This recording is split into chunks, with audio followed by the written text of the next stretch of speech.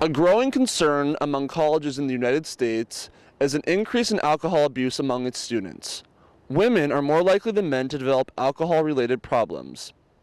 We asked Lauren Sterling, the director of the University of Washington's Student Health Consortium, about alcohol abuse-related issues at the UW.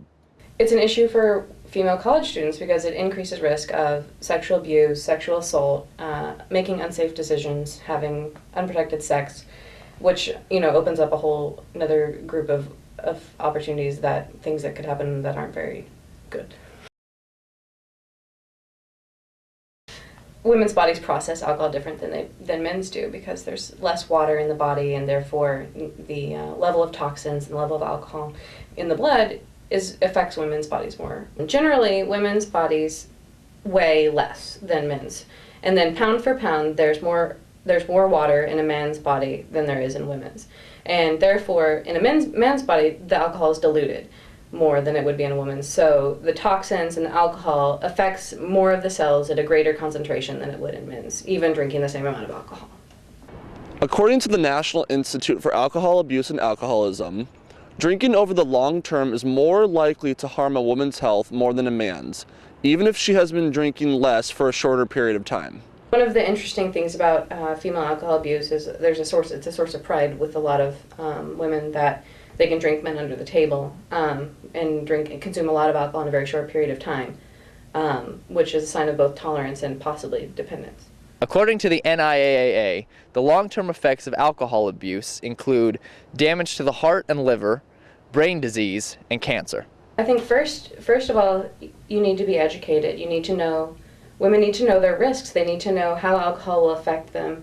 They need to drink in safe environments, not in environments where things will be unsafe, where there's a risk of sexual assault. I mean, obviously the best thing is not to drink, is not to abuse alcohol. I cannot condone underage drinking. It's illegal. And it's really important that women understand those risks and are aware. And the best thing is not to drink, but if you are going to drink safely and drink educated and know your limits. Alcoholism or alcohol dependency is a disease. It is chronic or lifelong and can be both progressive and life-threatening. I think that alcohol abuse is pretty widespread across campus, and so I don't think that any sort of generalization can be made, and I don't think it's just a Greek problem. I think that it's an all-over-campus problem. According to Sterling, despite the increase of alcohol abuse at the University of Washington, there are little to no programs in place to deal with this growing concern.